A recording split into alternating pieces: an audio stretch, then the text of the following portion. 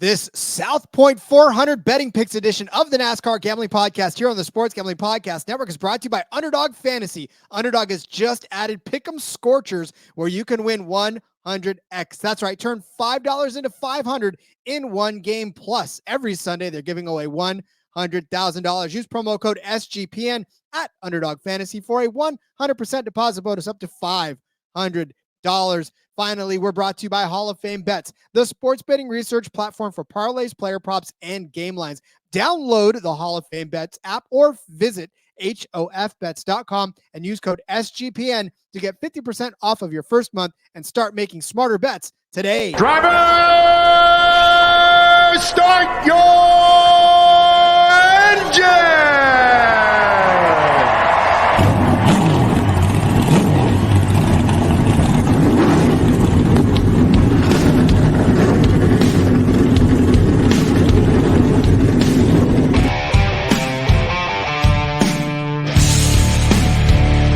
Strap in and pull those belts up tight as the Sports Gambling Podcast Network presents the NASCAR Gambling Podcast.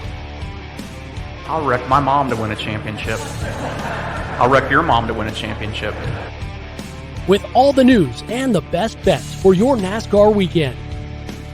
It refrains me from not beating the out of you right now because you asked me stupid questions. But since I'm on probation, I suppose that's improper to say as well. If you could talk about racing things, we could talk about racing things. Now, here are your hosts, Rod Villagomez and Cody Zeeb.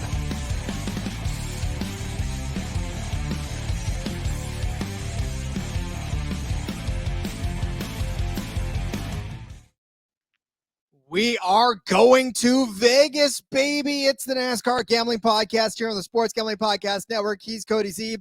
I'm Rod Villagomez. One of my favorite movies of all time is Swingers. I'm going to watch it in preparation for Vegas. Love that movie. Love this track. Cody, excited to be heading there for this race. I mean, if you're going to watch a movie about Vegas, how is it not The Hangover? Come on, Rod. Or Vegas Vacation. I'm going to watch that one too. There's a lot of good Vegas movies, I guess. There really are, actually, in fact. But yeah, so exciting. Cody, we were just talking about it before we got on. There's only 4 more races left. Oh, jeez. It's so saddening. I mean, when you look at it, like, we're down to the very bitter end. 4 Cup, 4 Xfinity, 2 truck races left. Man, breaks my heart. Luckily for us, it's not like the NFL. The offseason is not long. It's very short. And we'll be right back at it, thankfully. But, yeah, I'm not looking forward to the offseason. It's so crazy to think, too. And just the fact that we started this adventure in February and we're already in October. It's a long haul, but it's definitely it just seems like it went by like that. Yeah. I mean, it seems like the Daytona 500 was just last week. You know, it's not been that long ago. Unfortunately, just 4 left. But that means we got 4 more chances at Cup races to make some more money here. Indeed, we do. And look, another thing we were talking about just before we hit the mic, brava to Caesars for loading up on these. Listen, guys, if you're listening and if you are a representative of the Caesars Sportsbook and you have been like taking our pleas to heart, by all means. I felt like we had a very deep conversation about this on, like, wasn't it just the recap show or like something about like you give us more props and all this, and then like, holy shit, yes. And they open the book and we have way more props than we'll ever have.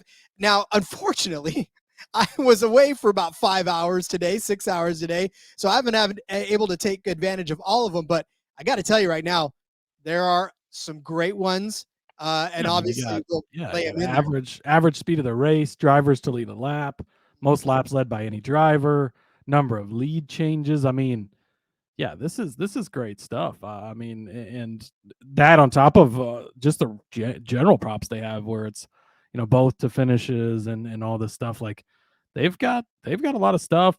Fastest qualifiers up nice and early in the week. They got a full slate of it. We're recording this Tuesday evening. A full slate of Xfinity is already up, ready to go for us.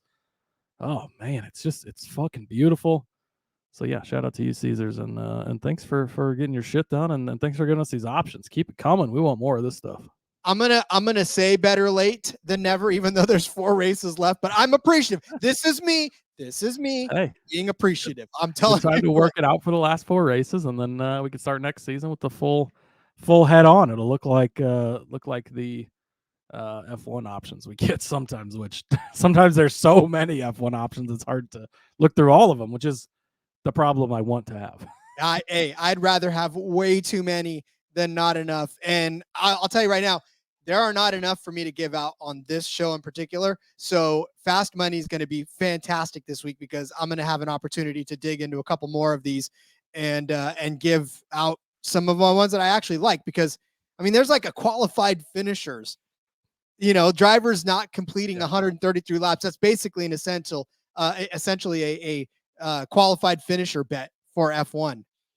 Yeah, exactly. And I mean, yeah, there's so many options we can get to, and this is great because this is the first time I've seen a lot of these ones, and it is, kind of getting into the ones like similar to F1. Obviously, there's a lot of different things here, and our races are longer, and there's more cars and all that. So I love it so far. Hopefully, it keeps up.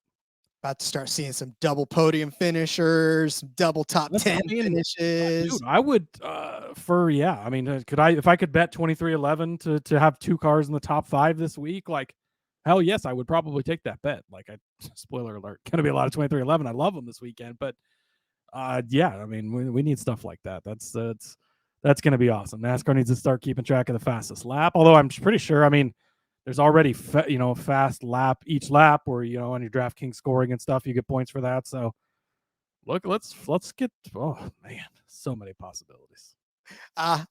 They just didn't want us to start our own book. That's all there is to it. We kept threatening, and they were like, I didn't want to either. Okay, you're right. I like giving out the picks, but me too. All right, so let's move on from patting the books on the back to patting Carson Hocevar on the back. This man has gone out and the fan of Carson Hocevar, if you couldn't hear her. Dog is the fan of Carson Hocevar.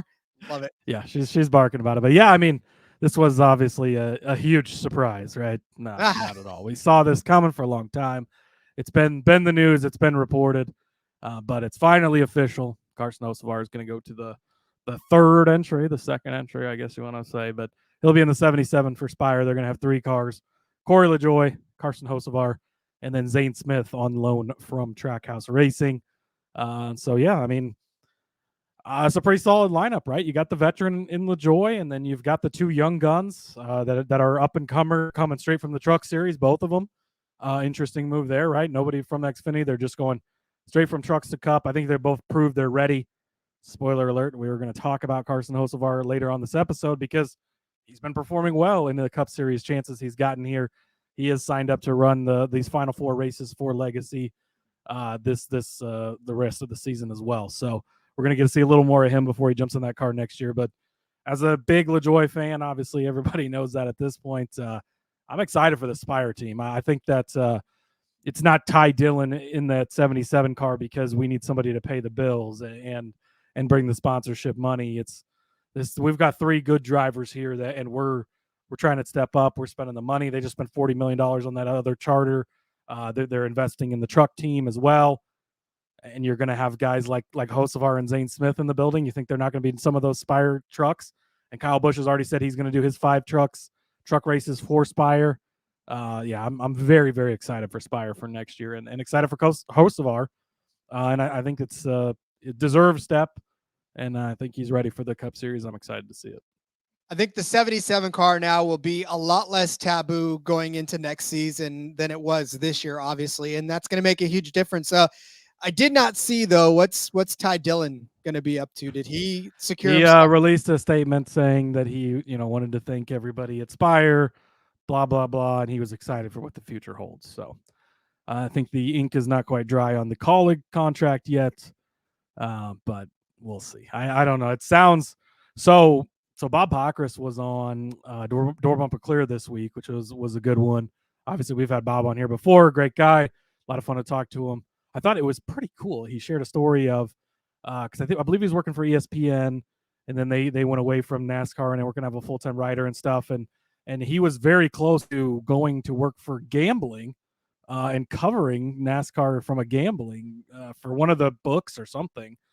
Was what he said before Fox called him, and he ended up taking that job he's in now. So I thought that was interesting. I wish we'd have known about that when we had him on because I'd have liked to know more about that. But very interesting. And he got his pick correct. He had picked AJ this last weekend, so I think he picked Custer in the Xfinity race, which put him, which he finished second. But anyways, Bob was saying that he's heard Noah Gragson to the 10 car, which is something we hadn't heard before, but I think that'd be a great fit. I love it. So that'd be interesting, but sounds to me like AJ back to Xfinity is almost a done deal, and Kaulig already knows who's going to be in the 16 car. Just been waiting to announce. Now that now that the Spire news is done and we know Ty Dillon's not coming back to the 77, maybe we'll see an announcement here in the next week or so, but who knows? Who knows? One thing I do know is that Bob can join us on this anytime to talk gambling, and we'll talk some gambling after the break. But let's tell you first about Underdog Fantasy. You know that we have given you tons of Underdog Fantasy plays over the last few weeks. And as I Cody had told me, we actually hit 5 of the 7 that we gave you last time. So stick around. We're going to give you another full episode, or at the very least, we're going to give you some type of Underdog Fantasy picks again this week, because that's just the way we roll. Underdog Fantasy has a way to play alongside your favorite football team all season long. Underdog has just introduced Scorchers. Go 5 for 5 and pick them Scorchers. Enjoy a spicy 100x payout. And for a limited time, Underdog is extending the first deposit bonus up to $500. $100,000 Sundays continue on Underdog Fantasy. 10 lucky players are going to win $10,000 each. Again, tune in. We are going to give you more Underdog Fantasy plays for this slate, and Xfinity probably as well. Coming up later on in the week. So watch along, make your picks, maybe make a little cash over on Underdog's mobile app or website, underdogfantasy.com. And when you sign up with the promo code SGPN, Underdog's deposit up to $500. Underdog Fantasy promo code SGPN. All right. As we settle on in, it is, of course, the South Point 400. This race from the Las Vegas Motor Speedway. It is 267 laps around this 1.5 mile paved track for 400.5 miles of Vegas, baby. Again, a good 1.5 miles. We've seen them all season long, good 1.5 mile races. This one should be no different. But I will say, from a betting aspect, as far as the outright is concerned, I almost feel like we could just spin the wheel on this, because it has been very, very mixed bag over the last 4 or 5 races. Only one repeat winner, right? Who was that? William Byron, maybe Kyle Larson. William Byron, okay. I wasn't prepped for that test, but hey, listen, Byron was the safe answer. Exactly. Yeah, William Byron, the only repeat winner over the last few races. So, yeah, a little difficult. But now that the books have given us so many options, I feel like a kid in a candy store, and I can't wait to start getting into them. Yeah, exactly. There was more bets out there than what I could even fit in the card this week. So love it. I think there's some really good options. But yeah, I mean, the outright, and we'll talk about it. There's a lot of different directions you could go this week as far as outrights. It's going to be interesting. And Rod, this race is so important, because if you're one of these 8 remaining playoff guys and you win this race, it does not matter what happens at Homestead. It does not matter what happens at Martinsville. You are locked into the Final 4. Your team can shift all their focus.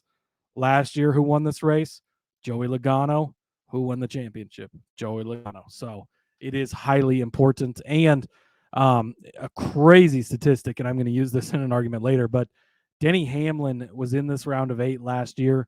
He finished 5th, 7th, and 5th in those 3 round of 8 races. Did not make the Final 4. There is no mulligans in this round. You have got to win to get in. And if we get 3 different playoff winners, which our last 8 playoff races have been won by 8 different drivers, if we get 3 different guys that win and lock themselves into Phoenix, that only leaves 1 person in on points.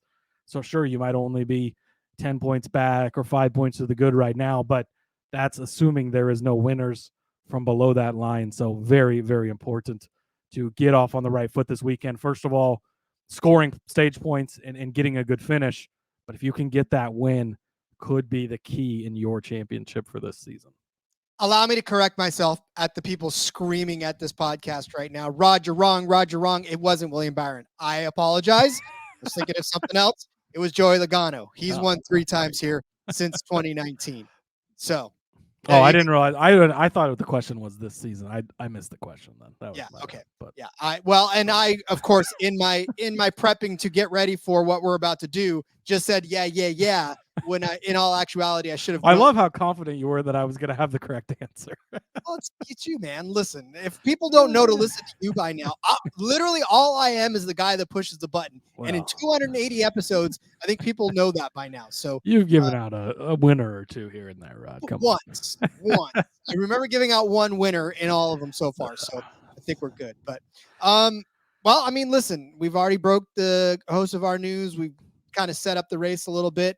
It's the cookie cutter mile and a half. There's no trying to figure out what it looks like. Yep. Looks like And these have been the best racing of the year, right? So we should be in for a good one. Ready to play some bets, Rod? I'm ready to play some bets, Cody. Let's do it. Let's start with the most beautiful car in the entire field, possibly the best paint scheme I've ever seen.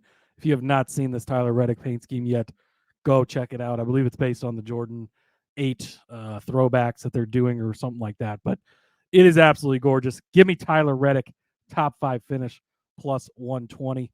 Rod, when it comes to mile and a half tracks, Toyota has been absolutely lights out, absolutely amazing. 2311 has been absolutely lights out, absolutely amazing. And Tyler Reddick, as part of that, has been absolutely lights out and amazing. If you go last week, he led a ton of laps, right? Had one of the fastest cars. Had they not been flipping the stage to make sure he got into this round, there's a potential he could have won that race. So they're coming off of momentum, having a fast car, looking good. He won Kansas. Did only lead the last 2 laps there, so it probably should have just been a top 5 and not the outright, but he did cash that outright for us. Luckily, was very nice. That's the most recent mile and a half we've been on. He was second place at Darlington, not a mile and a half, but an intermediate track. You go back to Michigan, a little bigger than Las Vegas here, but a very comparable track. A 30th place finish, but if you remember on that last green flag pit stop, it was him and Buescher, 1-2. They come in together, they come out together, and then Reddick's wheel fell off and cost him that race. Should have easily had a top 5 there and probably would have won that race had he come out. Second place at Pocono. Again, another intermediate track, different layout and stuff, but I'm counting it. 5th place at Charlotte in the Coke 600. Was 15th here in the spring, but that was a little while ago, right? The last couple of seasons here, though, his last 3 races prior to the spring race in the RCR 8 car, 6th, and 7th. So that's 7th or better in 3 of his last 4 at this track. 2311 has been lights out a mile and a half. Tyler Reddick has been lights out a mile and a half. Feeling good. He's in the final 8 here. This will be a good opportunity for him to score some points, get a good, strong finish. I think Tyler Reddick ends up in the top 5. I think at plus money at plus 120, that's too good to pass up on. Well, and again, it's Tyler Reddick, and it's one of those situations where he's going to have a good race. So why can't this be the good race for him? And you're right about 23-11. I mean, I know Bubba is disappointed about missing the playoffs, but he put a hell of a move just to get there and get as deep as he did in the first place. I know that they're going to continue to back him, and Tyler Reddick is talented enough to be able to continue to back the whole time too. You can't really count him out at all anywhere on any track. So I like this, especially like you said, at plus money for a top 5. I'm going to go for a top 10 finish for young Tyrone Gibbs. I know he's not Tyrone, right? We already established that, but Ty Gibbs. You stole this one from me because I love this one. I was going to put it in there. Rod beat me to the dock, so I fully backed this one. I had to. I was traveling for work today, so I had to put this in before I left. So Ty Gibbs, this is why I didn't get a chance to jump on all of the good stuff Caesars had because I came in a little too late. But Ty Gibbs, top 10. This is at even money, plus 100 over on DK. I understand that this might be a tough one to stomach. 2 races here. He's finished 22nd in both of them. Granted, last year he was in that 23 car, right? Taking over and filling in. And then this spring, he started 4th. I mean, and this was part of that run where we were saying to ourselves, wow, man, Ty Gibbs is really going to put a good season together, right? He started 4th.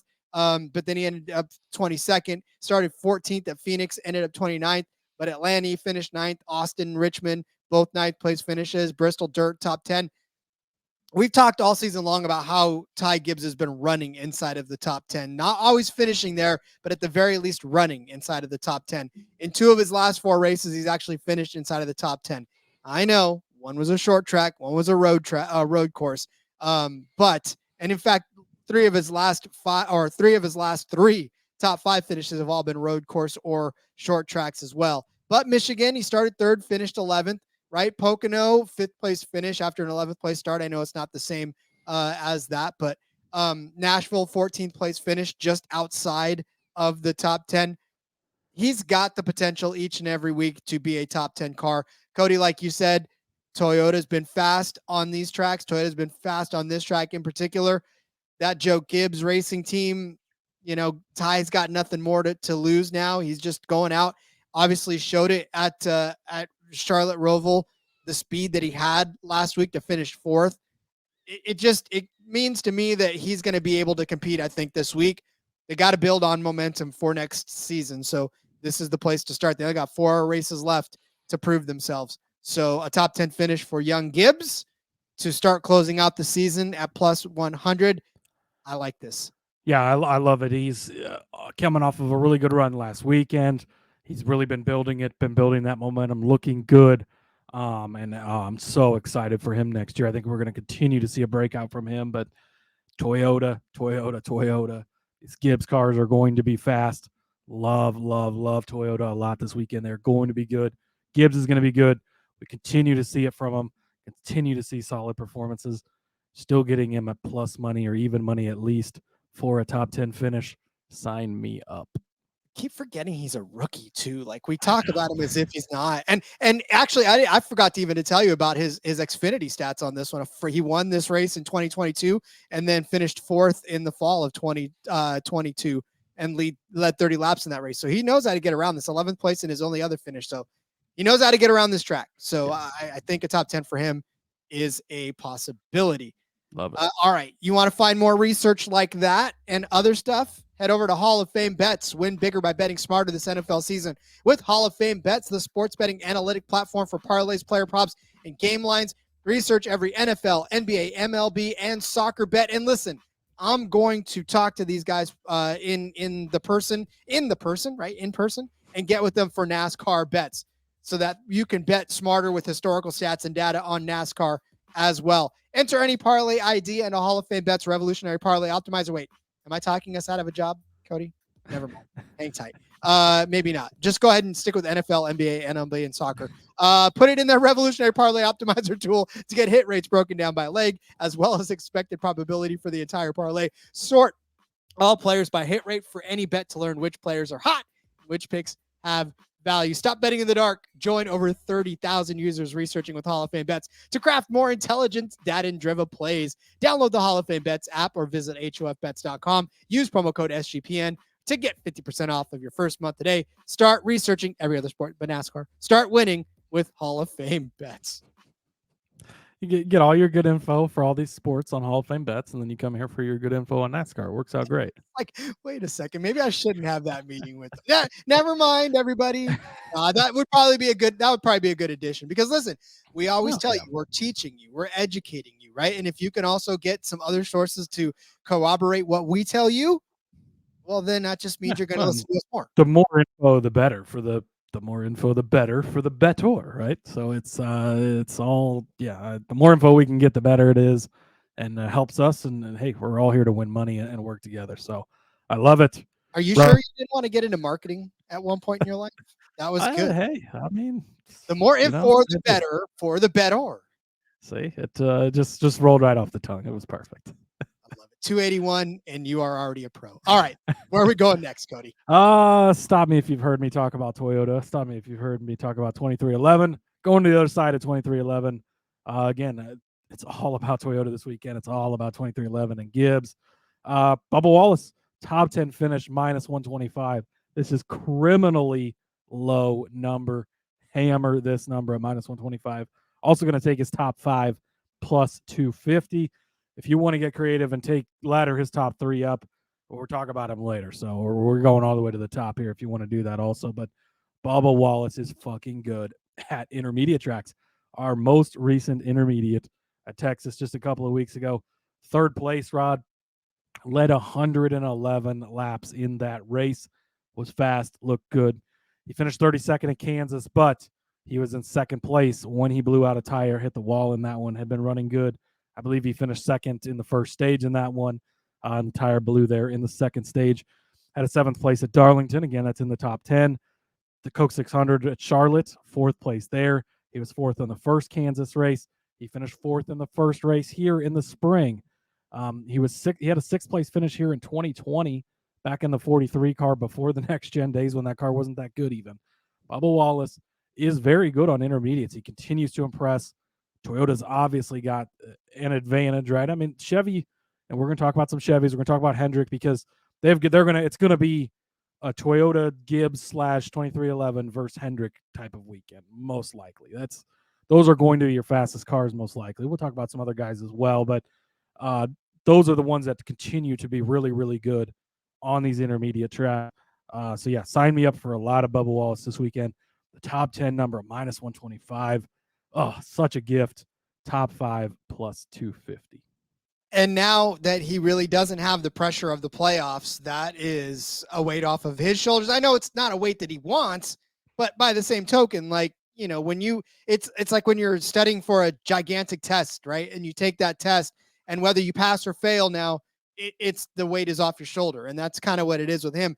He knows the results of his test already, but, you know, it's just a matter of now he's just driving for the rest of this season and next. So I think that's going to go well for him. I know there's no point racing basically per se like there is on the Charlotte Roval, but the decisions to make are lessened. And I think he's going to make the ones that are going to put him in position to be a top 5 car. He doesn't have to worry about, okay, we've got to make sure to do this because we've got to get a top 10 finish. We've got to get a top, like, there's just no pressure there. You just go out, you run your race, and he's going to be good again. And if he starts up on the front row like he did at Texas, 111 laps he led at Texas. That's not a fluke. That's not he was in the right place at the right time.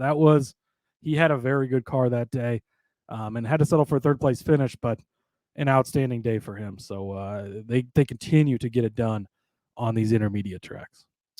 Indeed. All right. This next bet, I didn't find this next bet. This next bet found me. I don't, and I haven't talked about him. I don't know the last time. You may have to go back through the records to find out the last time I said Alex Bowman's name. I'm guessing it was before injury because we haven't talked about him in a long time. I mean, he was an auto bet for a while there at the beginning of the year.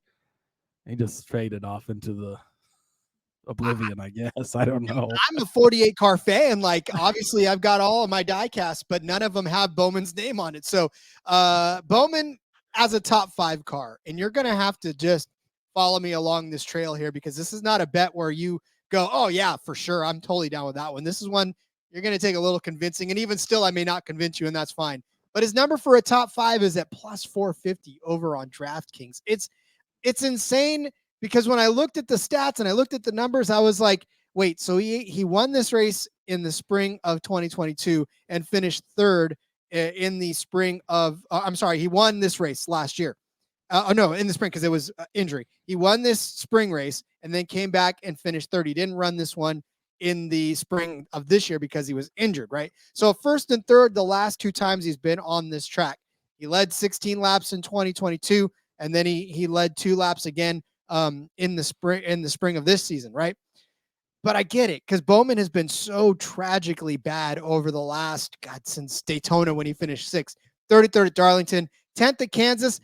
It's not bad for most drivers, but for a Hendrick car, you expect them to be in the top 5 each and every week, right? 13th at Bristol, 12th at Fort Worth. None of these finishes would make Ty Dillon be mad, but we're talking about a Hendrick driver here, and that's not where they're supposed to be. 28th at Talladega. He finally finished 8th at the Charlotte Roval, right? Not a fantastic season for Alex Bowman altogether. But here's the thing. This track and his ability to be able to just kind of go out now, that 8th place finish was hard earned for him, by the way. That was not given to him. And in fact, he had to outlast a lot of stuff. He started 16th and finished 8th last week at Charlotte. And Charlotte puts a big tax on that body of yours. So he went through the fire. He came out in 8th. I think on this track, Hendrick cars are just like Toyotas, and the fact that they're going to be good each and every week. I know Bowman has been the weakest link of the team so far, other than maybe Chase Elliott enter the conversation here later. But yeah, I don't know. I feel like this is a good week, a good enough week, if any, for Alex Bowman to bounce back and to find his way. Again, like I said, he finished 3rd here in the spring. He knows how to get it done. So a top 5 finish for him at plus 450. I'll take it. Yeah, I think the number's right. He's going to be in a Hendrick car. You know it can be fast. He's been just kind of out to lunch for most of the season since he came back from his injury, but he's got a good history here at Vegas specifically. Chicagoland he was very good at. He's been good at Kansas in the past as well. So I think the number is right for him where he's at. So I do like it. Next up for me, going to jump into one of these fun prop bets that Caesars is offering. They have the most laps led by a single driver set at 109.5. It's minus 115 either way. I am going to go with the over. Originally, actually, I was going to go with the under, but then as I was looking back through these intermediate tracks, somebody gets out front because, the thing has been like, it's been really good racing on these intermediates, right? And we've had a lot of late passes for the lead and stuff, but there are points during these races where somebody gets out front and just leads a lot of laps. It's 267 laps, I believe, is generally the math on the mile and a half to the 400 lap races. Plus, if you get overtime, those are going to be added to it, obviously, but 109 is and a half. So you're looking to go 110 to go over. Go back to Texas a couple weeks ago. I mentioned it before. Bubba Wallace, 111 laps. Kansas, Kyle Larson was at 99, so didn't quite get to it. Darlington, Denny Hamlin, 177. And Tyler Reddick led 90 that day as well. Nashville, Chastain led 99, so getting pretty close to it. Charlotte, Blaney led 163. Now, keep in mind that was 500 miles, so there's some extra laps in there, but still led quite a few laps. The first race at Darlington, Truex led 145 laps. The first Kansas race, Larson led 85.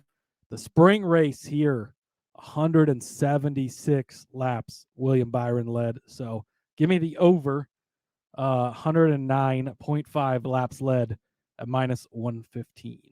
I love, first of all, that they're offering that bet. I'm just happy they're offering us. This is, and please continue to do this. We're going to dig more into these trends and stuff. Like, these are so much fun to bet on. You don't have to worry about one driver. Well, you do, I guess, if somebody's leading a lot of laps, but it can be anybody. It could be Kyle Larson that leads you all those laps. It could be Bubba Wallace. It could be Joey Logano. It could be Ross Chastain randomly. Like, it could be anybody. You just need one car to lead you 110 laps. Oh, love to see it.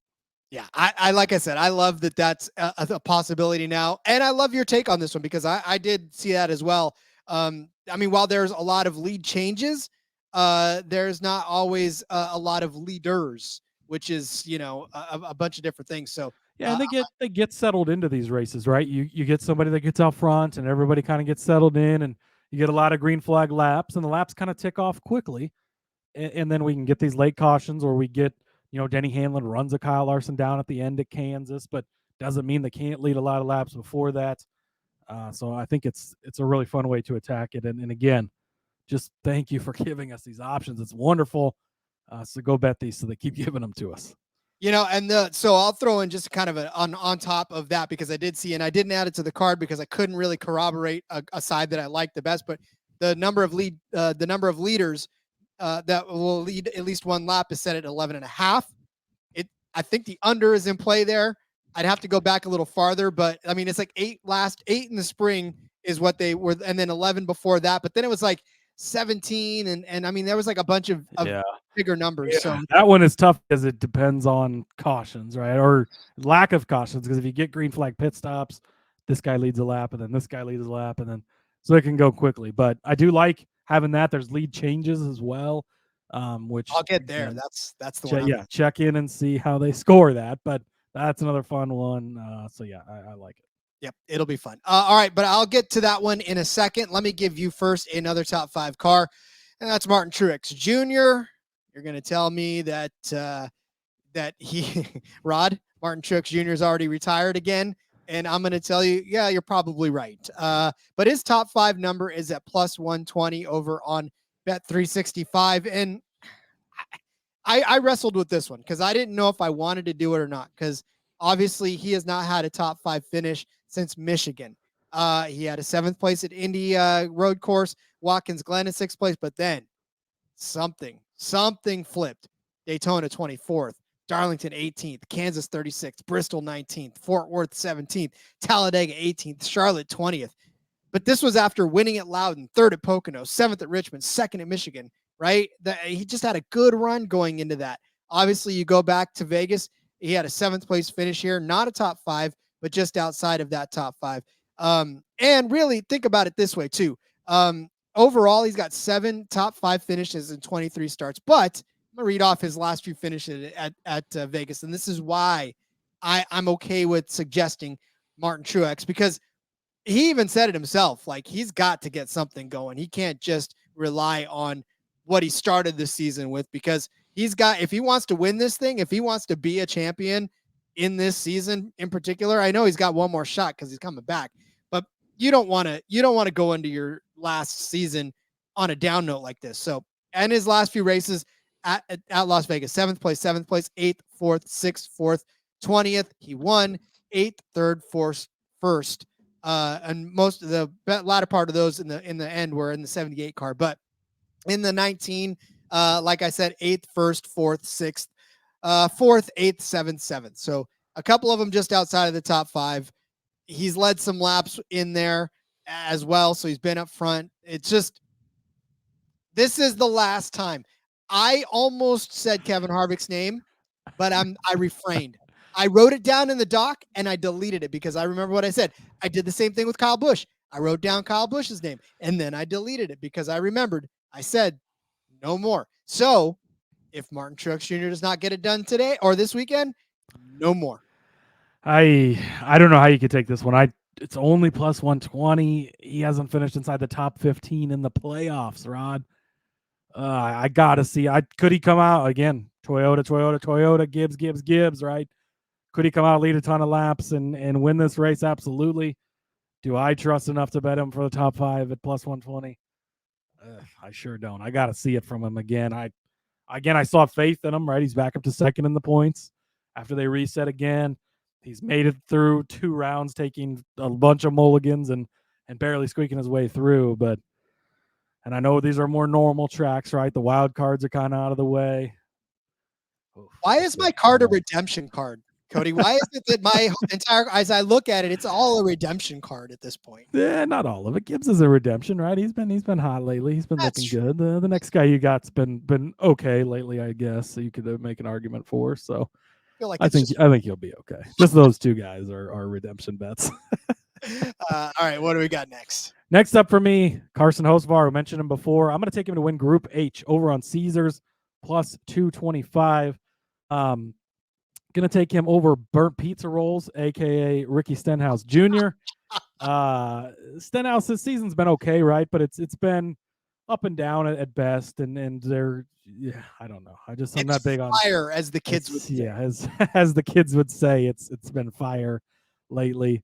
And then with Briscoe and Almirola, we've documented how slow Stuart Haas has been on 1.5 miles. Now, I will say, I know we did the fade Briscoe thing a lot. The last 2 intermediates have been better. He actually got a 10th place finish at Texas, and he did finish 20th, I think, at Kansas, maybe it was. So it's not been Mahindra tractor slow like he had been earlier this season, but it's still not been great. Almirola, you can lump him into the same thing. Almirola, it seems like is for sure retiring. I think he's done. I mean, Bob, again, was talking on DBC, and it was everything he hears is Almirola is not coming back. He wasn't at. They had some big sponsorship thing this past weekend. He wasn't there for that. He said he had previous obligations with his kids' baseball and with simulator time and stuff. But if you're not showing up to that kind of stuff and everything, I don't know that it looks like he's probably coming back. So he's potentially just kind of checked out. He was ready to do the family life thing 2 years ago, and they got him to sign back up for more time. Like we said before, Gregson, maybe somebody else going in that 10 car. So I think he's kind of checked out at this point. And for Hocevar, it's been really good. He's got 6 starts in this Cup car now. 4 of them have been at just regular oval tracks, right? Not including the super speedway races where you kind of take them and as what they are. But in those 4 starts on normal quote unquote tracks, they've all been inside the top 20. He finished 16th at Texas, 20th at Kansas, and he's been extremely good on 1.5 miles in the Truck Series this year. Won at Texas earlier this season, 6th place at Kansas, 4th at Charlotte, 5th at Darlington, 7th here in the spring in the trucks at Las Vegas. So I think it's just going to be another solid run for Carson Hocevar. Now he's coming off of this announcement this week, got the hype, got the momentum. Everything's going his way. He's smiling. He's happy. He's got his ride for next year. It's all official and publicly known and everything. I think he's going to show up and have a good week as he gets ready to jump back in the truck next week and try to make his championship run. But all focus on the Cup Series this weekend. Give me Carson Hocevar to win Group H, plus 225 over Stenhouse, Briscoe, and Almirola. This is not even a difficult group at all, honestly. That's and I know you laid it all out, but when you look at the names on this group, you're like, well, of course he's going to beat them all because that's what he's been doing lately. Oh, you get some of these groups, man, and it's like you got Hamlin, Larson, Reddick, and like it's like the 4 fastest cars in the field, and you're like, and Byron's the other guy, and it's like, God, how do you pick a group winner out of that? Like just pick an outright instead. It's but you get down to some of these farther groups, and Group H, they actually had A through H this time. It wasn't randomly just H thrown in there. So whoever's working for Caesars on their shit this week. So shout out to them. But yeah, this was definitely the group. If you're a new hire, I want to applaud you. Yeah. Congratulations, buddy. Congrats. Keep that job. You're doing a good job. But yeah, this was definitely the one that jumped right out to me. And Hocevar is the clear favorite to me in this group. Indeed. All right. My next bet, I'm going to toss out Kyle Larson as a top 3 car this time at plus 120. Kyle Larson has finished second in 2 out of his last 3 races. End of story. I'm done.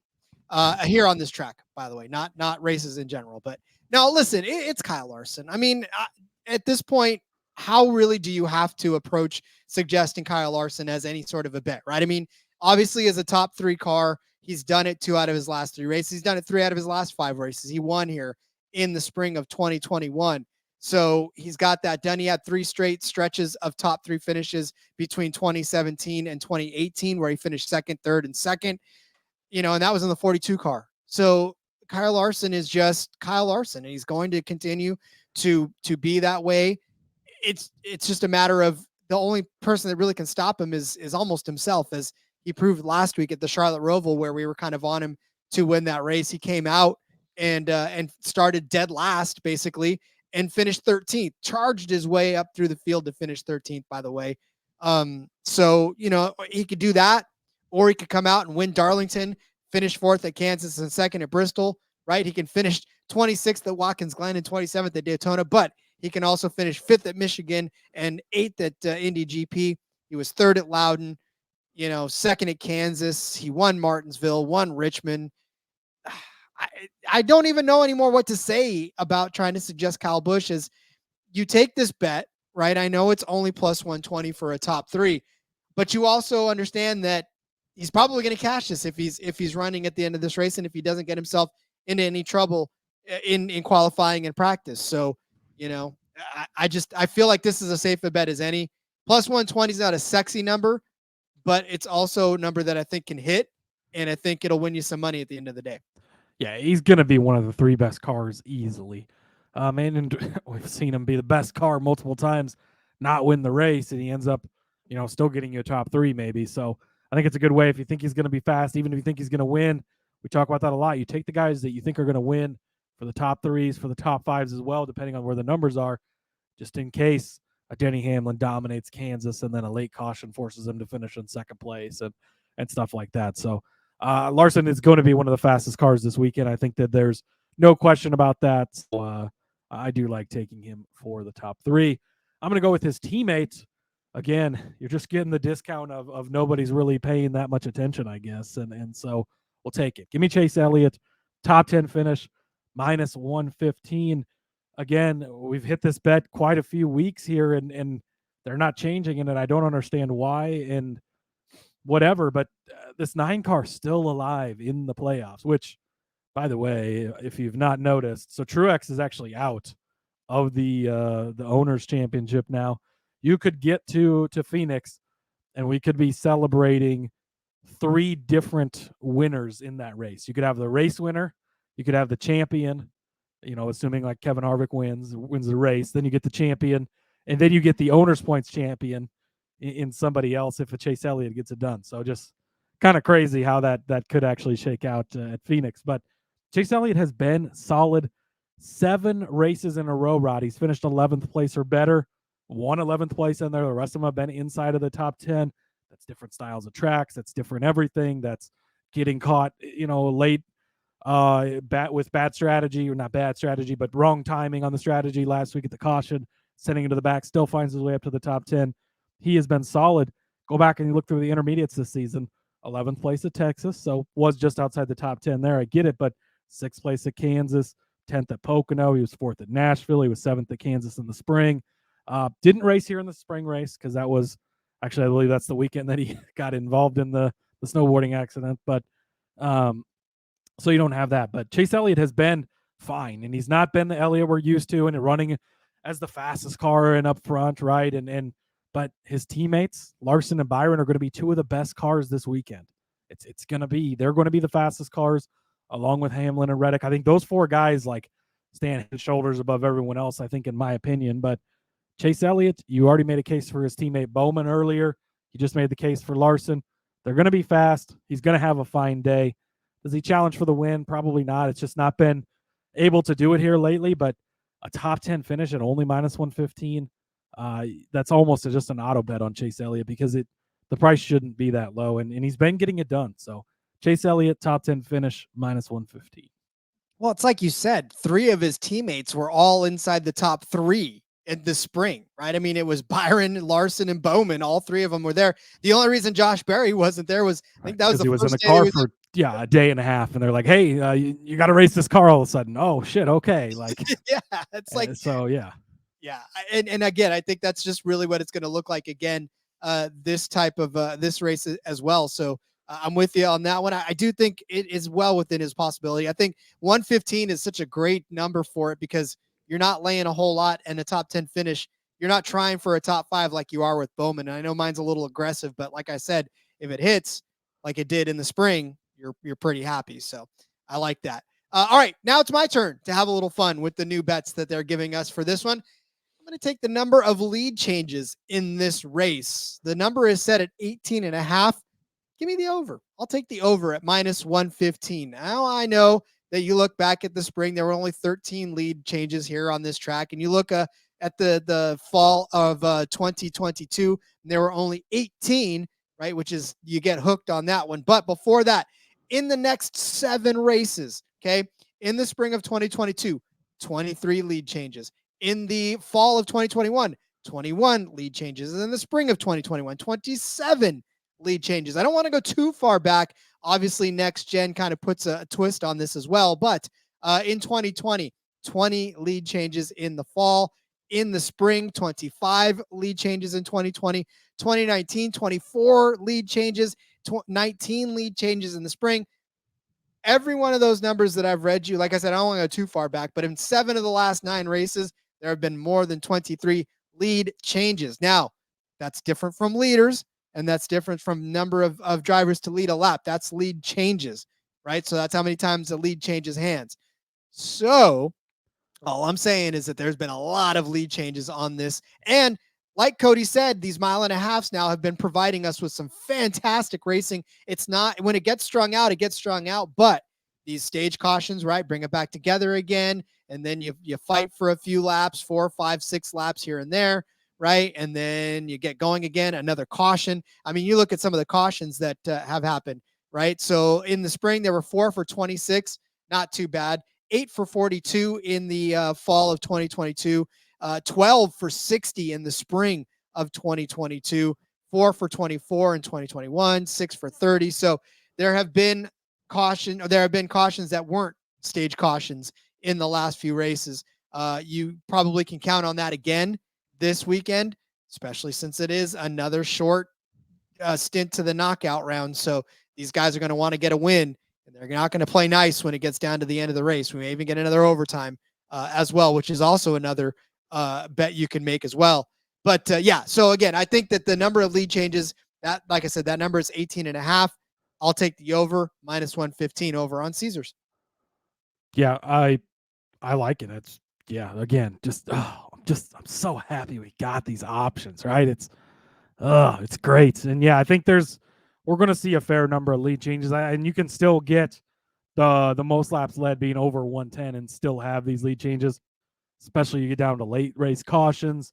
end up in overtimes, anything like that, I think it can definitely happen. So again, just it's so great to see these continue to give us these wonderful props because I fucking love it.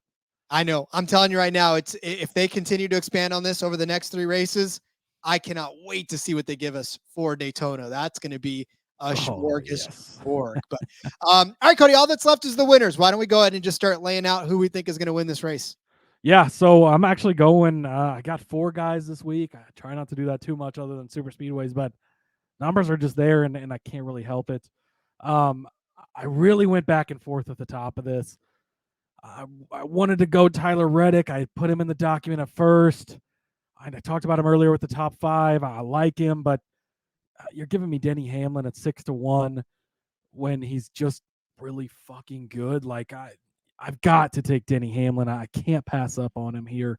He was 5th place at Texas, but he was 2nd place at Kansas. Should have won that race, right? He was going to win it until the last caution there, and Reddick got him on the tires or whatever.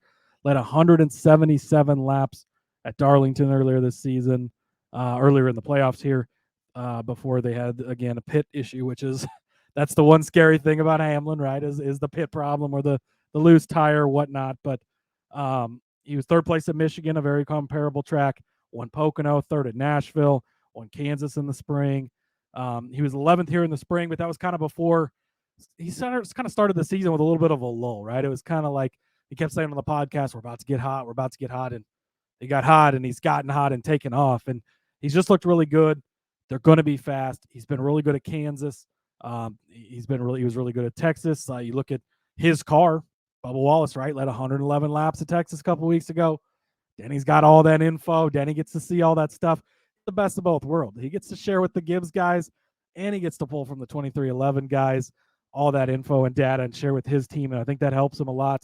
I mentioned it before. Let me pull it back up here. His round of 8 finishes last year, 5th, 7th, and 5th, did not make the final 4. He knows he's got to win. He's going to come out. He's going to win. They're going to start prepping that car for Phoenix. He's going to get his first championship this year. Starts this weekend with a win at Las Vegas. So give me Denny Hamlin at 6-1 to win this. Just in case Denny Hamlin doesn't win, you got your insurance plays, of course. Ryan Blaney, he's 14-1. I'm going to be completely honest with you. I don't love this, but I think it's worth taking the outright at the price that it's at. I would not bet Ryan Blaney to finish in the top 3. I wouldn't even bet him to finish in the top 5 or top 10. Honestly, I don't even want to bet him for the top 10, but I think there is a chance that he shows up and wins. It's going to be one of 2 things. He's just out to lunch all day, or he's up there competing for this and he wins. And that's kind of, you can see that in his results, right? 28th place at Texas, didn't really show up. He didn't get much from him. It's kind of been the Penske story this year, right? With Blaney, with Joey Logano. We talk about it all the time. Like sometimes they show up, sometimes they don't. 12th at Kansas, 9th at Darlington, okay finishes. But you go back to Charlotte, he led 163 laps and he won that race. So they've got it in them. They can do it. He started 3rd place here in the spring, so a nice, strong start for him. Didn't turn that into a great finish, but the 22 car won this race last season. This race in the fall, right, sprung them into the championship round at Phoenix, where he ends up winning it, of course. Penske's got 4 wins here since 2018. They've been pretty good on this track. And so this is kind of just a gut play. Maybe Ryan Blaney figures it out like they did in Charlotte and hits that lucky streak, even though Ford has been, again, it's this whole entire show has been Toyota Chevrolet. We haven't really, I don't think we talked about any Fords. No, we talked about fading some Fords in that group head to head, but that was about it. So Ford is hit and miss, but I think a 14-1, it's the right price. And Penske just got something at Vegas, and usually it's in the Pennzoil race with the Pennzoil car, but I think they could still get it done, right? And did it at Charlotte. 163 laps at Charlotte in the Coke 600. Like, again, more laps in that race, but he dominated that race. He got the win there. I think they could get it done. So give me Ryan Blaney at 14-1. Bubba Wallace at 20-1. Absolute steal. Talked about him earlier for the top 5 and the top 10. Love him to win this race as well. 111 laps he just led at Texas. I gave you all the other statistics already. And Joey Logano, 40-1. I really don't want to make this bet, but at 40-1, he won this race last year. Come on. I mean, that's really the end of the argument. And again, with Joey, it can be up and down, but he's had some solid finishes lately. And you just never know when a guy like this could pull it out and get the win. I think a 40-1 is just too much for a guy who just won this race 1 year ago, who's the reigning champion, right? He's no longer the defending champion. Now he's the reigning champion. But yeah, 40-1, you got to give me a little Joey Logano. Like you said, multiple wins here recently. So yeah, Joey Logano 40-1 is just, the number is too big. This is, usually I don't toss that fourth one in here, but you got to put just a little sprinkle bet on Logano here 40-1 because the number is just way too big for what it should be. You can't not is really what it boils down to. Because I really did try to talk myself into it. So I'm glad you did, because to me, I was like, it just seems like the obvious play, which is why I feel like, I don't know why the books mispriced it the way they did, but it just seems like something now at 40-1, you need to take a bet on. You need to take so I'm glad you did it, because I was going to do it, but I was like, I've already got too many risky bets out there this week. So I'll just, I'll go on that. And this next one that I'm going to give you as a risky bet as well. Well, not the next one, but the next one after that, because I actually have two as well. I couldn't stop at one because Larson feels like the easy suggest as well. And I told you, everybody, that Larson is just an auto bet for me now on this track. He's at 5-1 on Superbook because that's the price that I like the best. He's down to 400 in some places. I've seen him other prices somewhere else, but 500 is the best price. And at 5-1, I feel like that's okay to take a shot on Kyle Larson to win this race, because he can. He's capable of doing it. So I'd feel more comfortable telling you at 5-1 to take a chance on Kyle Larson to win than 3-1 or even 350 or even 400 at that much. So give you that extra 100 points to play around with at plus 500 on Superbook. All right, so the risky one that I'm gonna toss out is Bread K. He's at 16-1 over on DK. He and Joey Logano are tied for the most wins on this track as active drivers, right? Logano has 3, Keselowski has 3. Yes, his have come at very different times in his career than the one he's at now, but when's it going to be his turn? He's watched Chris Buescher win his fair share of races this season. When's it going to be Brad Keselowski's turn? That's all I want to know, right? And I feel like it could be. He's had 2 pretty dismal finishes over the last couple of races. He finished 32nd at Talladega because he got crashed out, finished 18th at the Charlotte Roval because it feels like he wasn't even there half the time. And I'm sure he'll tell you the same thing. But before that, 7th, 8th, 9th, 6th, 2nd, 15th, 20th, but 4th, 6th, 5th at Loudon, 6th at Atlanta. Like, I'm reading you off a bunch of top 10 numbers that he's done in a row here in that one. So he's got the capability of running up front. We know this, and he's done it several times. In fact, he led 5 laps late in the race in the spring, right? He was up front for 5 laps late. Now, granted, he didn't hang on to that lead. Obviously, Kyle Larson kind of took it from him as well, and then gave way to Byron and Truex and Byron again. But Brad Keselowski was leading as late as lap 224 to lap 227 here in the spring. He can be up front. Just got to punch through that first win of the season. Feel like it could come here because he is out, right? There's no more playoffs for him anymore. So now this team is just going for wins. And they can build off of the momentum that they've been building all season long by getting Keselowski into the winner's circle finally, and again on this track. So 16-1, I feel like that's a decent long shot to sprinkle something on. Keselowski's one of those guys that I'm just tired of betting on him. I just win a race already, dude. I'm going to be happy even if I don't have a ticket on him when he wins. But it's like I said, I'm on a full-on redemption card, I guess. You really are. But 16-1, I think, is the right price. And to the Larson point, Hamlin and Larson, but I really hate that we don't have any Byron anywhere on this card. I wanted to do it. Prices were not right. That's what sucks. And like, I have a feeling we might revisit this on Monday on the recap show and be like, remember when I said we didn't have any Byron? He's the one other guy that scares me, but I think that Hamlin, Larson, and Byron are going to be the head and shoulders above everyone else. I think the Reddicks, the Bubbas, and maybe even the Truexes, like those guys are all going to be there as well and in the mix, but I think those are going to be the 3 best cars, obviously the 3 favorites, so that's not a big shock. But on these intermediates, it's more predictable. who can avoid chaos, right? Who can not have a tire issue or a pit penalty. And I'm looking at you, Denny Hamlin, Jesus Christ. But looking at you, Kyle Busch. yeah, oh yeah, oh boy.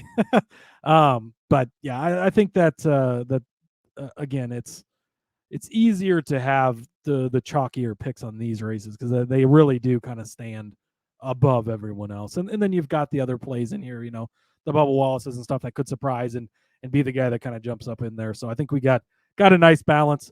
Pick your poison of those top three, though. I don't think you can go wrong. Hamlin, Larson, or even Byron. Again, neither of us bet on him, but I think you pick one of those three guys you like and you go with them, and you're not going to really regret betting on them no matter the outcome because they're going to be good cars.